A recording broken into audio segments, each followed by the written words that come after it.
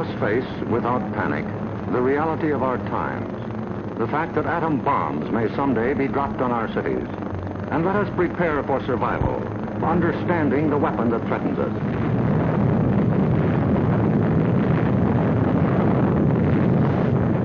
An atom bomb destroys or injures in three ways: by blast, heat, and radioactivity. The blast of an atom bomb is its most important destructive agent. In Japan, whole buildings were flattened by its force. However, many buildings of sturdy construction, even though close to the explosion, remained standing. The principal dangers of blast are flying glass and debris, the fires it may start, and the danger of being crushed in collapsing buildings. The atom bomb destroys by heat.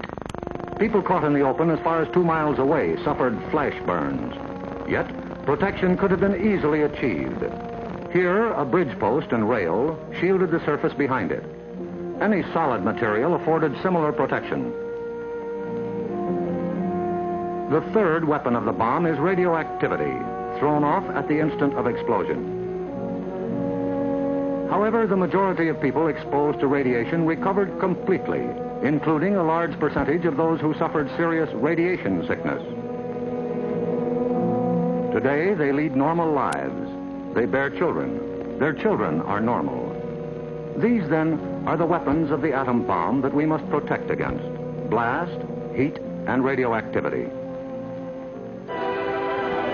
Our cities are prime targets for atomic attack, but mass evacuation would be disastrous. An enemy would like nothing better than to have us leave our cities empty and unproductive. If an emergency should come, our factories will be battle stations. Production must go on if we are to win. Our offices and homes will also be posts of duty, not to be deserted. With the knowledge of the first atomic explosions to guide us, our chances for survival will be far better than those of the people of Hiroshima and Nagasaki, if we act on our knowledge and are prepared. The first job is to look over your own home for shelter possibilities. If you live in a private home that is well built, the cellar is the safest place to be. The lower you get, the more barriers there are likely to be against blast, heat, and radioactivity. Select the basement wall nearest the probable target area of your city. If the house is blown over, it will most likely fall away from this wall. If you have a workbench or strong table big enough to get under, move it into your shelter area near a wall or strong supporting column. If the time comes when you actually have to take shelter, lie under the table.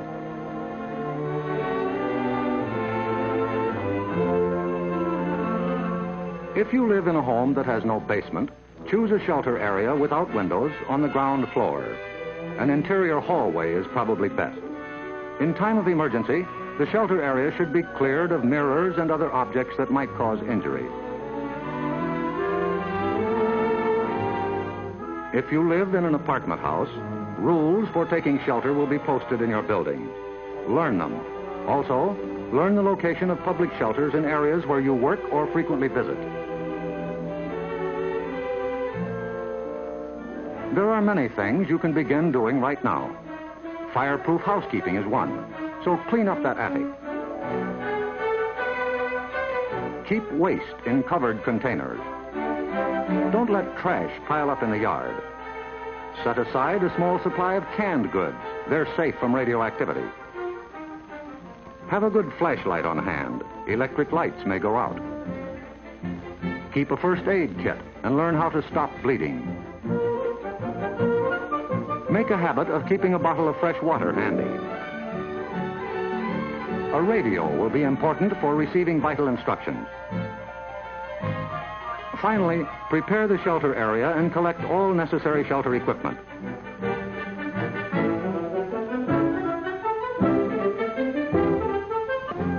In case of an actual raid or test drill, the alert will be a warbling siren blast lasting 3 minutes.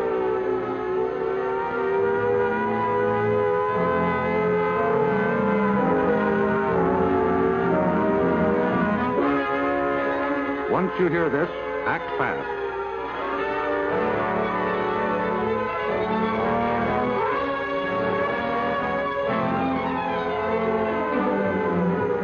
pull down the shades or blinds and close the drapes against flying glass. Turn off the burners of your gas or electric stove.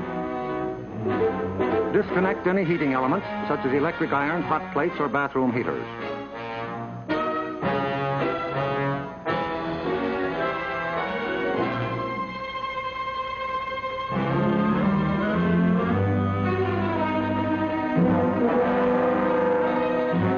Close all outside doors, but leave them unlocked.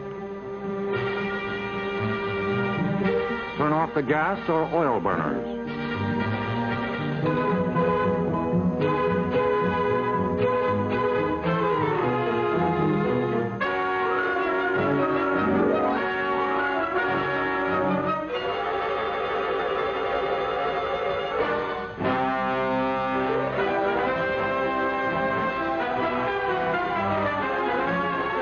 Taking shelter may be a race against time, even when you have some advance warning.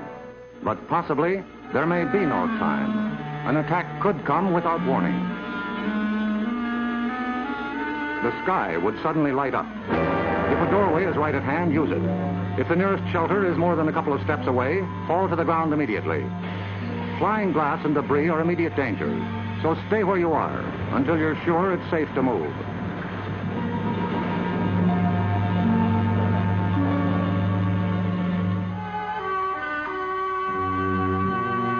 If you are at home when a surprise attack occurs, crawl beneath a table if it is very near, or drop to the floor with your back to the window.